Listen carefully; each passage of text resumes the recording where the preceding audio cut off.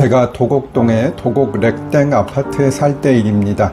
제가 전세금 대출을 받았는데 그 서류로 임대인 즉 소유자의 주소 변동 사항이 모두 포함된 주민등록 초본을 대출금융기관에서 요청을 했습니다.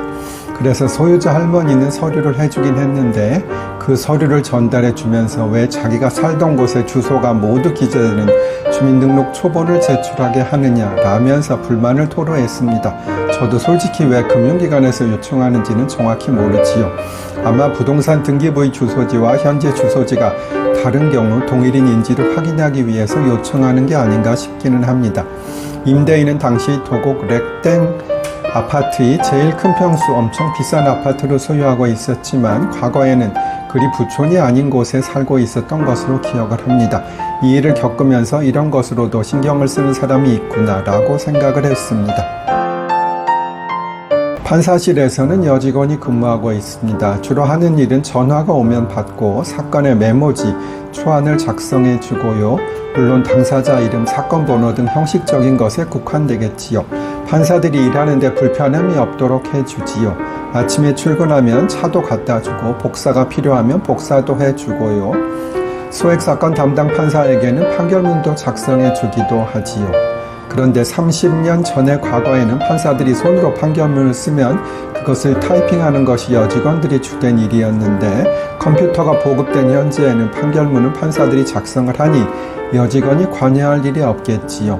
합의부의 경우에는 합의부마다 여직원 1명이 있고 단독 판사의 경우에는 3-4명의 판사가 1명의 여직원을 데리고 있게 됩니다. 다음 쇼츠에서 조금 더 설명드릴게요. 전의 쇼츠에서 이어집니다. 판사실 여직원들은 급여는 많지는 않지만 좋은 직장으로 인식되어 있지요. 일도 그리 많지는 않고요. 판사들이나 부장판사들이 특별한 사정이 없다면 잘 해주니까요. 그리고 상고를 졸업하고 20대 초반부터 근무하는 경우가 상당히 있습니다. 과거에는 20년만 근무하면 나이에 상관없이 연금을 받을 수 있어서 40대 초반에 퇴직해도 연금을 받을 수도 있었습니다. 지금은 그렇지 않긴 하지요. 통상적으로 변호사 사무실 여직원보다 훨씬 일을 잘하고요. 예를 들어 판사들이 인사 이동할 때마다 지인들에게 난 화분을 받게 되는 경우가 있습니다. 그러면 사실 5개 이상의 난을 가지고 있는 경우가 많은데 일주일에 한 번씩 난을 물에 넣었다가 흠뻑 물을 준 다음에 빼고 해서 관리하는 것이 여직원들의 일이었지요. 전의 쇼츠에서 이어집니다. 판사실에 여직원 말고 남자 직원이 근무하는 것을 본 적은 없습니다. 제가 기억이 나는 여직원은 김땡숙 씨인데 저와 2번째로 같이 일을 하게 되었습니다. 그런데 김땡숙 씨가 저와 2번째 같이 일하게 되면서 굉장히 좋아했지요. 저는 그 여직원을 땡숙 씨라고 불렀는데 땡숙 씨는 일주일에 한두 번씩 간식을 사다가 판사들을 위해서 준비해 주었습니다. 피자도 먹고 과일도 먹고 닭튀김도 먹고 여러 간식을 먹은 기억이 있습니다. 판사실 여직원에 대한 검색을 하다 보니 어떤 고위직 판사님은 여직원에게 법복을 벗는데 도와달라고 하기도 했다는데 저는 평생을 그런 요청을 해본 적이 없네요. 그런 요청을 했다면 좀 이상하긴 합니다.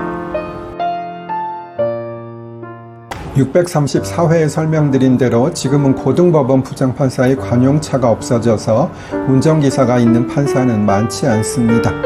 고등부장의 기사들은 대부분 법원을 그만두지 않았을까 싶습니다. 다만 법원에서는 검증을 나가는 경우 등 관용차의 기사가 필요하기 때문에 어느 정도의 기사는 필요합니다. 사실 기사, 특히 고등부장의 기사들은 낮에 할 일이 거의 없기 때문에 굉장히 좋은 보직이긴 하지요. 저도 고등법원 배석판사를 할 때 부장님의 기사가 운전하는 차를 타고 회식에 간 기억이 많이 있습니다. 지금은 그렇지 않겠지만 아주 오래전에는 기사들이 판사들이 개인 일도 많이 해주었습니다. 개인적인 볼일이 있을 때 차를 운전해 준다든지 개인적인 물품이 필요하면 사다 주던지 하는 일이겠지요. 지금은 그런 일이 없으니 저한테 뭐라 하지 마세요.